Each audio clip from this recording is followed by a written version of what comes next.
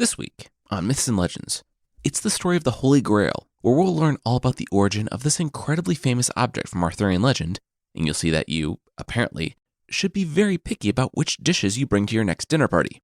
The creature this week is the reason you shouldn't pet that sad, lonely puppy. I know, it's tough, but just trust me, don't do it.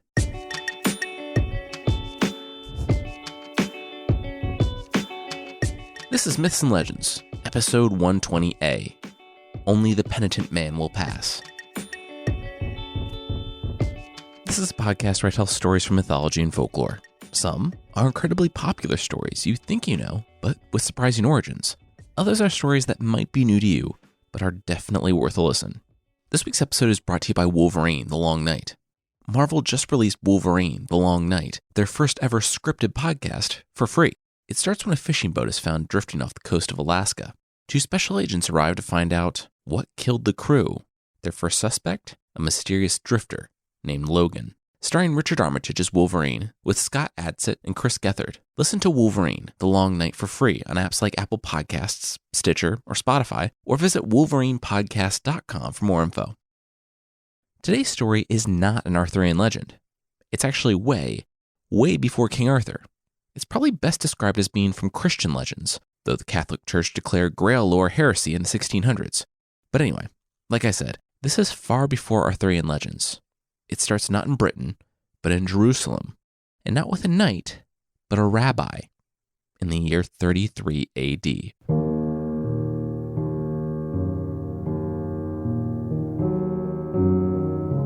Joseph of Arimathea walked through the room, the upper room. Just the night before, he was here, with his followers, those closest to him. Joseph sighed. When he entered the city, Joseph had wondered if he should seek him out again. He had decided against it, and now the guy was dead, betrayed by one of his own followers, for silver. Joseph walked silently through the room. The followers had rented the venue, but a lot had happened in the last 24 hours. All remained, just as the group had left it. Joseph thought that it was a little weird that they all sat on the same side of the table, like they were posing for a painting or something, but there it was. In the center of the long table sat a cup. It had been his cup. Reports of what he had said were already going viral among his followers. The cup had been important. Joseph shook his head. But now the man was dead. His followers weren't saying anything now. They were in hiding, their leader executed by the Romans. It was never safe to be associated with him, but somehow it was now more dangerous than ever. Slowly, Joseph took the cup. He hadn't been by the man in his last moments of life, but he could be there for him in his death. It was surprisingly easy to get an audience with the Roman prefect. Whether he was surprisingly sympathetic to the man he just executed or simply didn't care about some Jewish revolutionary, the outcome was the same. If he was dead, Joseph could take him down from the cross. When Joseph arrived, soldiers had pierced the man's side. The Romans told him to stay back, but he held up the edict with the prefect's seal. With a shrug, the gathered soldiers turned and took down the cross. There was only one place Joseph could think of to put the body, his own place. He'd had his own tomb hewn from the rock, and though he was getting old himself and would need to find another, he had a tomb, and this man needed one. Joseph wrapped the body in linens. He glanced back at the body one last time on his way out. He snapped his fingers. Yes. He paid the Romans extra to guard the body, and soon returned with the cup from the upper room. This cup is the New Testament in my blood, which is shed for you. That's what the man had said at dinner, according to the witness accounts.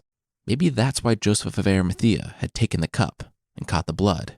He still believed in the guy and what he had said, but he was now dead, and it would take a miracle to accomplish what he had said would come true. All the known followers had scattered to the wind, and the city was left talking about the death of the one who was supposed to be a savior. Relieved, Joseph went home. He didn't have anything to worry about. He hadn't tried to hide. He'd buried the body in his own tomb, seen the heavy rock rolled over the opening himself. Now, he sat at home, looking at the cup. What came next? A knock at the door came next, or, more accurately, a pounding. Joseph stood and demanded to know who was there. He was a member of the Sanhedrin, the ruling council. People didn't make demands of him. But the people at the door didn't answer. They just kept pounding. Joseph stood firm. It had been a long day. Just then, the door splintered in with a kick. Joseph gasped. He turned to run, but they seized him immediately, forcing a sack over his head. 2 of the men grabbed his arms, and the group dragged Joseph out into the street.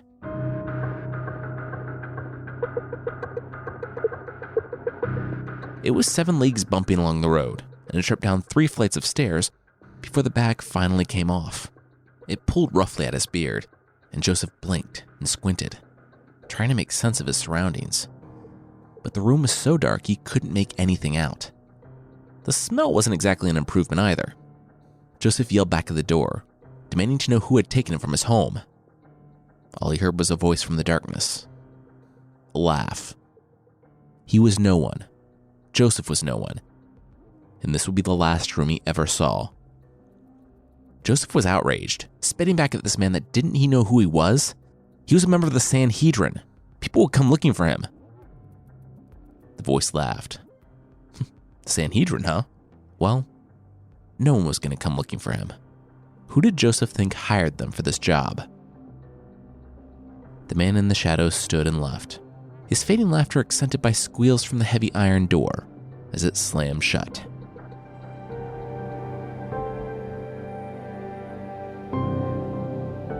A few nights later, Joseph had a visitor. He awoke, shielding his eyes from the glory. Wait, he had seen this man before. He had followed this man, watched them whip and crucify him. Joseph had given the broken body his own tomb. But now, the man was standing before him. He handed Joseph the cup and smiled. Minutes later, Joseph was again in the dark. He was alone, though now he had a purpose. To his relief, he'd been told he would not die in this place. God was with him, he'd heard. Moreover, he had the cup, the one from the Last Supper, the one he had used to collect Jesus' blood. It had been brought to him in prison. As Joseph sat back in the shadows, he smiled for the first time in days. It was going to be all right. He would see the other side of these prison walls. Outside, a watcher on the tower looked out into the night. He was responsible for garrisoning this tower and looking after its sole prisoner. The next day he would go recruit some guards. Or he would have if he hadn't slipped from the tower that night and died.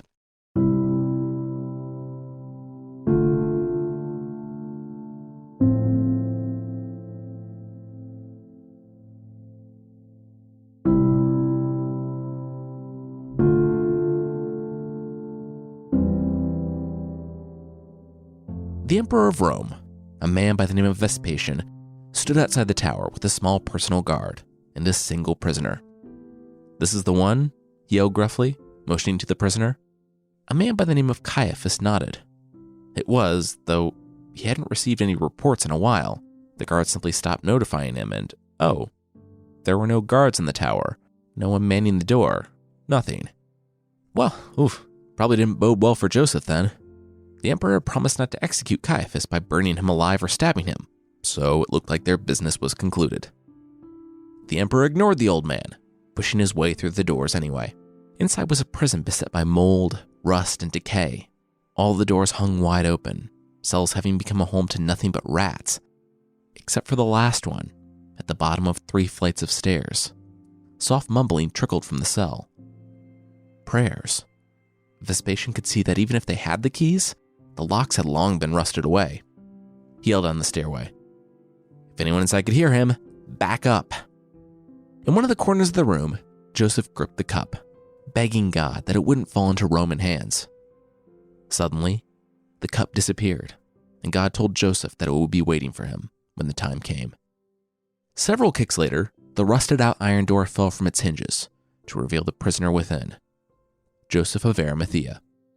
They brought him, smiling, into the light, and he thanked them for rescuing him so quickly. The emperor looked at his guards, who shrugged. Joseph shared that he was impressed by the emperor's work. He would write to Tiberius himself. But Vespasian stopped him. Wait, what year did Joseph think it was? Joseph shrugged. 33 AD, he replied, even though he wouldn't remotely use AD yet. Vespasian sighed and looked at the men surrounding him. No, it wasn't 33 AD anymore. It was 76 AD. Joseph had been in prison for 43 years. What? No. How could this be? Joseph staggered, falling backwards next to the skeleton of the man who had brought him there decades ago, the one who had fallen from the tower on the night Joseph was visited.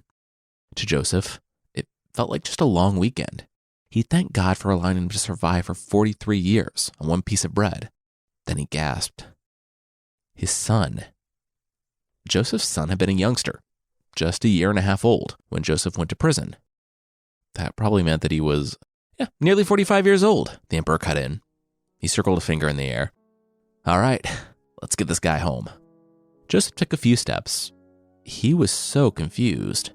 This all sounded great, but also, didn't the Romans crucify Jesus? Why was the Roman emperor helping out Christians?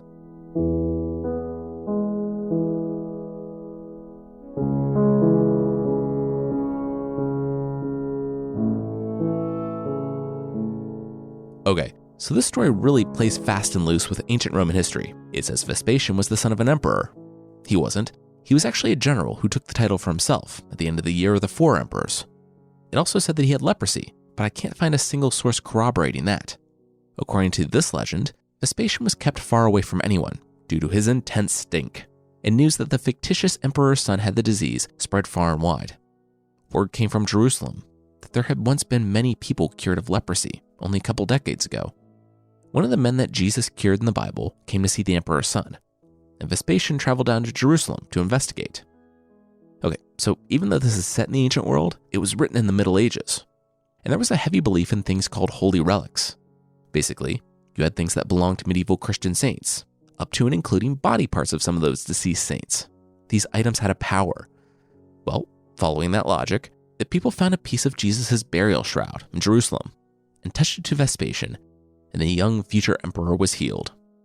Learning about Jesus and Jesus' teachings of forgiveness and loving your neighbor, Vespasian decided to do the exact opposite of that and avenge the death of Jesus.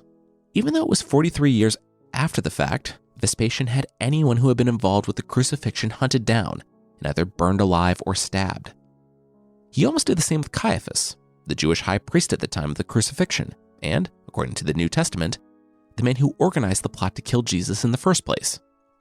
Joseph of Arimathea's wife intervened, however, saying that she hadn't seen her husband for 4 decades, but in her prayers, she was convinced that he was alive. Seeing a way out of his current predicament, Caiaphas struck a deal and told Vespasian where Joseph was. His terms? He wouldn't be stabbed or burned alive like the rest of the people involved in Jesus' death. He really should have been a little bit more specific, though, because when they returned to Jerusalem after Joseph's rescue, the emperor had Caiaphas set out on a boat in the middle of the Mediterranean to die of thirst. Okay, so remember that none of this is historical or religious in nature. It's kind of like 12th century Bible fan fiction meets bloody medieval revenge wish fulfillment with just a dash of anti-Semitism thrown in. Case in point, the historical Vespasian was never baptized when he returned to Jerusalem, and the one time the historical emperor went to Jerusalem in his lifetime was to sack it and tear down the temple stone by stone, an event which took place 7 years before the supposed rescue of Joseph of Arimathea. Anyway, throughout Joseph's multi-decade imprisonment, the world had certainly changed. 3 days after Jesus was crucified, Joseph's tomb was found empty, and the followers who had been denying him and hiding out were now spread to the edges of the earth, preaching. Now, it was Joseph's turn. The Jerusalem of his youth was gone. It was full of strife, and people were wary of him. What sort of man lived in the dark for 43 years, and not only didn't die, but didn't age? And so, despite his return, this wasn't his home anymore. Also, he felt a calling. He had to go north. He couldn't quite explain it, but he told his 60-plus-year-old wife and his 45-year-old son, and they agreed to go with him. They didn't want to lose him again. When people learned that Joseph and his family were leaving, and of the miracle by which Joseph had somehow managed to live for 43 years without food, he attracted a following. By the time they reached halfway to Egypt, they had 75 followers. Together, the group passed through kingdoms, preaching as they went. Eventually, they came to the place where Daniel had been thrown into the lion's den, the cave now sealed with letters written in charcoal on the outside. As Joseph and his son, Josephus, neared, fire unsealed the cavern. Joseph followed his son, or at least he tried to. After Josephus passed inside, an angel appeared in the doorway. With a nod, Joseph understood this was his son's time. Inside, Josephus saw many sights, but the most important of all sat displayed on a table at the far side of the cavern. It was a cup, but more than a cup. It had been transported from Joseph of Arimathea's jail cell to this place in Old Babylon.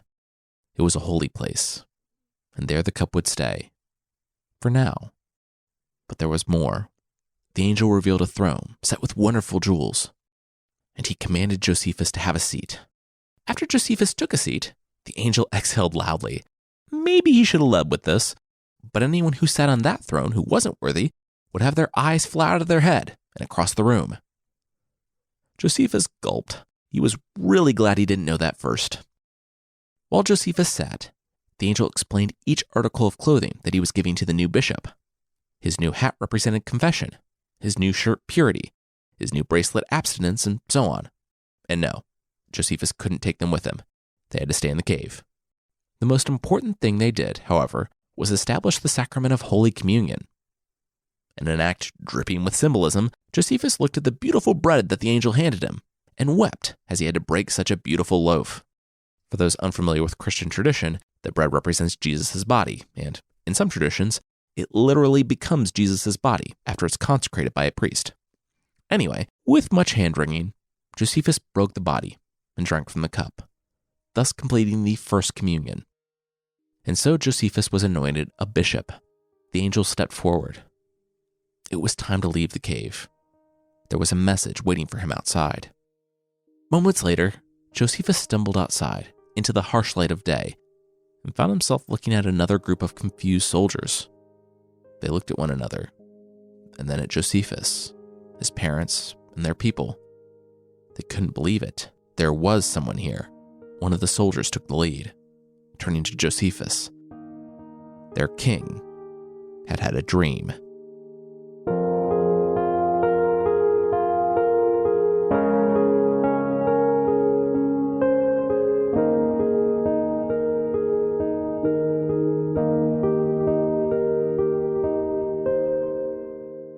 We'll see what's so important about this dream and what happens to Joseph and his son, but that will be right after this.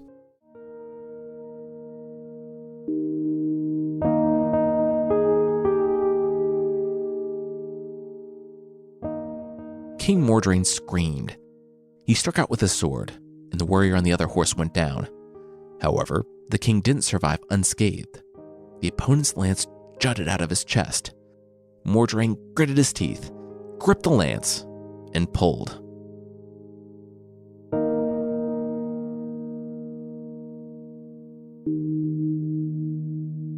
"3 weeks ago, the king had dreamt about a man and his son who traveled from out east. Mordrain was the king of what is either France or Babylon, let's not worry about it, and his castles had come under attack by Tholomer, another king from Egypt. The man and his son, Joseph and Josephus, had arrived at Mordrain's court, berating their god. The statue of Ares had cried out against Joseph and Josephus. The statue, being a statue, and Joseph having an invisible security detail of 2 angels, well, Joseph casually tipped over the statue, destroying it and driving out the demon inside before commanding the court to be silent. It was then that Joseph and Josephus explained this exact scenario to Mordrain. He would go to war to help one of his besieged castles, and he would fight for 3 days. He would then be wounded by 3 lances, the 3rd lance leaving him near death. Mordrain coughed. Blood. The 3rd lance had gone deep. He looked to his brother-in-law, Nasian, fighting not far off. He decided to gallop into the woods. Nasian was doing well, but if he came after Mordrain, they would both die. Besides, there was something else that Mordrain could do. King Mordrain remembered being curious, but looking at the golden eagle of Apollo and the smashed statue of Ares, it felt wrong to leave the gods of his fathers behind. Joseph said that he understood better than most, and he asked Mordrain for a shield, some red silk, a hammer, and some nails. A lot of awkward waiting around and hammering later, and Joseph turned around to reveal, well, nothing. It was Mordrain's shield, covered by a white sheet. Joseph explained that when Mordrain was ready to convert, when he knew that only the God of Joseph's people could save him, he was to pull away the sheet and look on the shield. Now, huddled in the forest and surrounded by the enemy, Mordrain knew that the time had come. Darkness was beginning to creep in with every heartbeat, and Mordrain coughed up more and more blood onto his armor. He gripped the top of the shield and tore away the sheet. He barely saw the red cross Joseph had hammered onto it before someone grabbed his reins.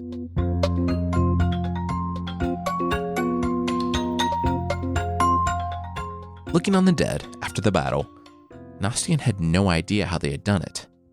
He had seen, out of the corner of his eye, Mordrain flee into the woods. But then he stormed out with renewed vigor. He single-handedly turned the battle and ended the war, but the king wanted no credit for it. He said it had been a white knight that grabbed his reins and fought in front of him. Seriously, didn't anyone else see that? Nasian wondered if it was the same white knight that had come to him when he was on his back, surrounded by enemies.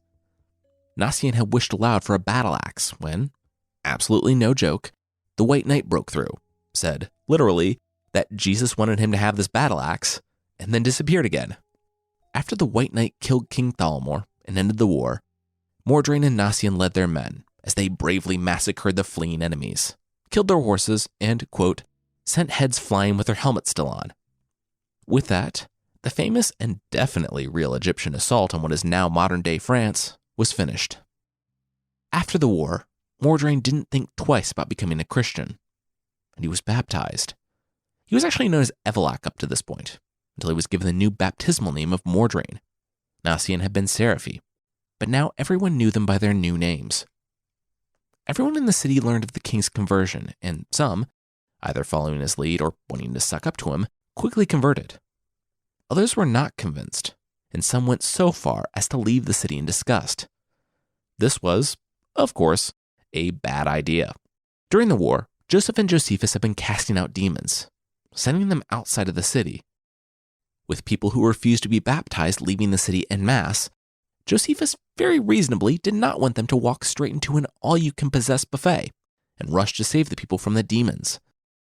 He made it only as far as the gates of the city.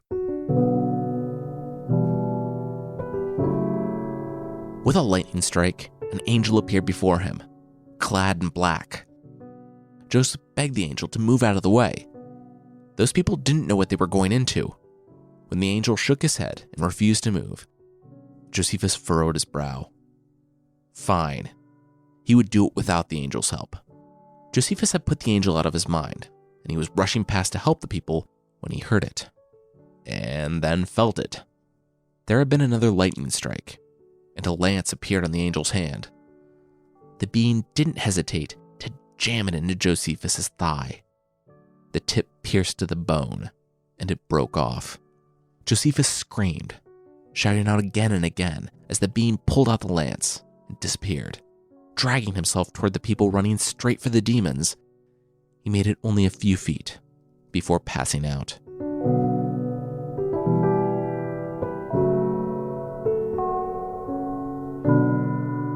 Hours later, Josephus woke up in bed to a dripping? He sat up, his father and mother looking stern.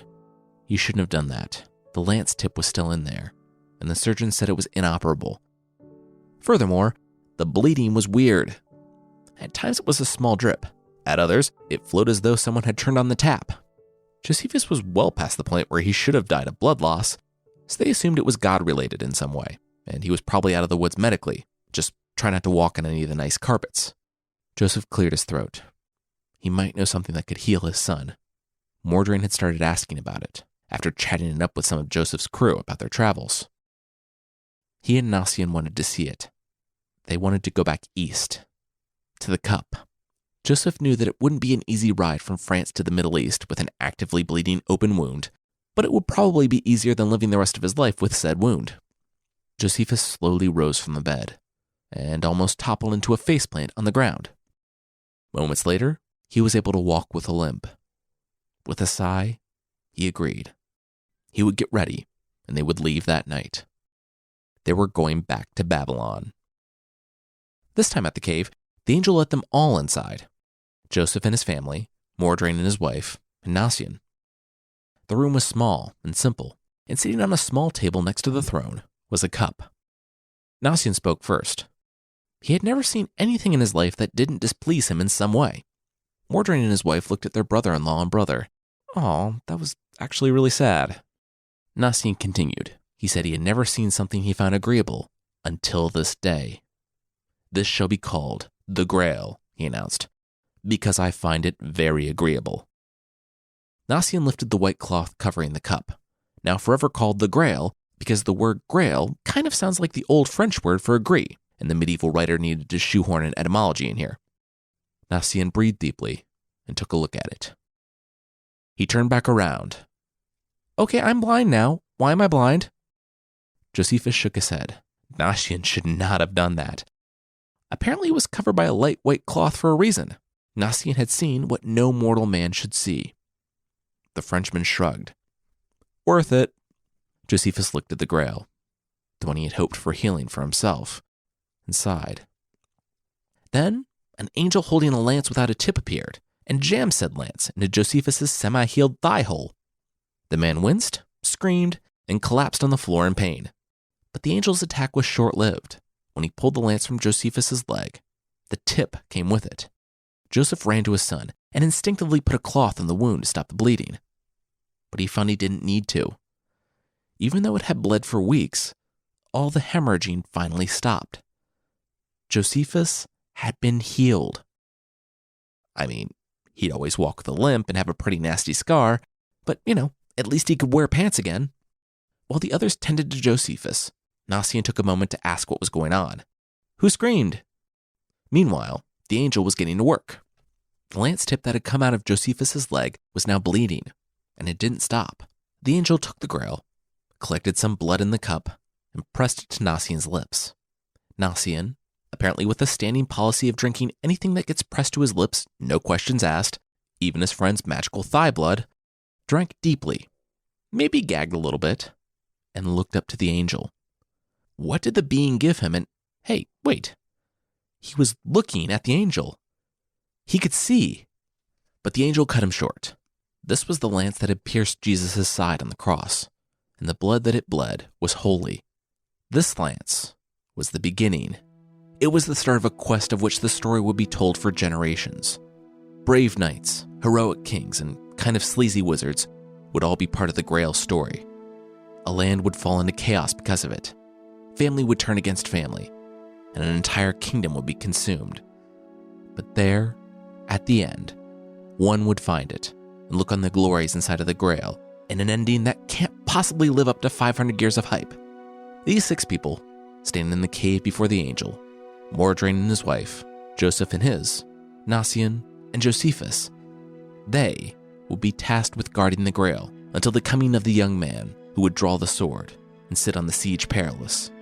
He would be full of all the qualities that can or should be in a man's heart.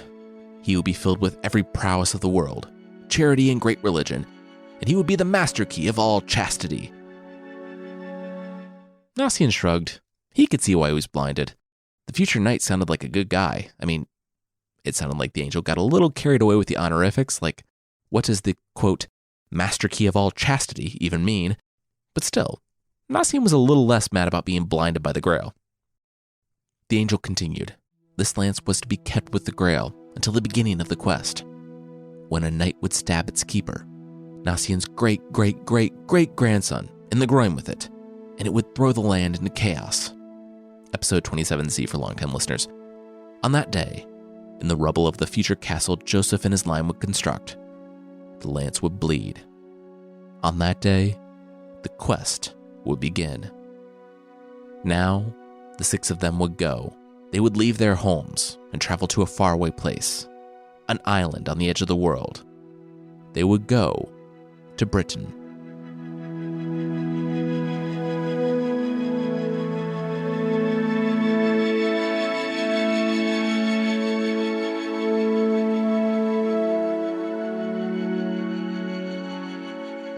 We'll wrap up the story next week with the crew traveling to the British Isles, some willingly, some not so willingly, and some magically floating on Joseph of Arimathea's tunic.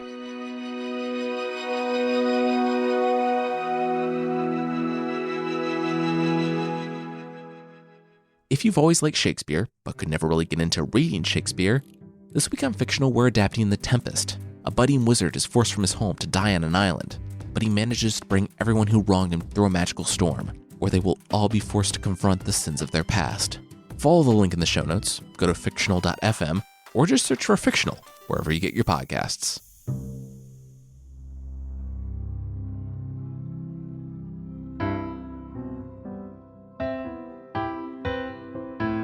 The creature this week is the Havgocapgo from Seminole mythology in Florida. Havgocapgo, meaning long ears, is a massive wolf with the tail of a horse and long, pointed ears. It prowls around at night, living in rocky, desolate places, stalking any living thing and waiting for humans to come near. If some lost traveler ventures by in the night, Longears will watch it, pulled along by an overwhelming hunger for human affection. Seriously, it just wants someone to pet it. It doesn't understand why no one wants to pet it. Well, in part because it's a massive gray wolf, stalking people in the wilderness with Dracula-like eyes that glow like hellfire. Generally not a great first impression. Also, it stinks. Really bad. Bad enough that even when you get within 100 feet, you can barely stand the odor.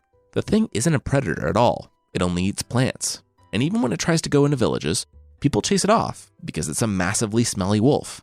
They aren't without reason for chasing the creature off, however. Just under its gray fur are countless boils and open sores. Though it doesn't really feel any pain, it's covered in disease that will quickly kill any human that feels bad enough for old Longears to pet it. It's probably torn between its hunger for a friend and sadness of watching any new friends collapse 100 feet down the road, now also covered in disease. He'll feel just awful about it. Promise that it's a not you, it's me situation, and return to its lonely, rocky home to wait for its next little wild friend to walk by.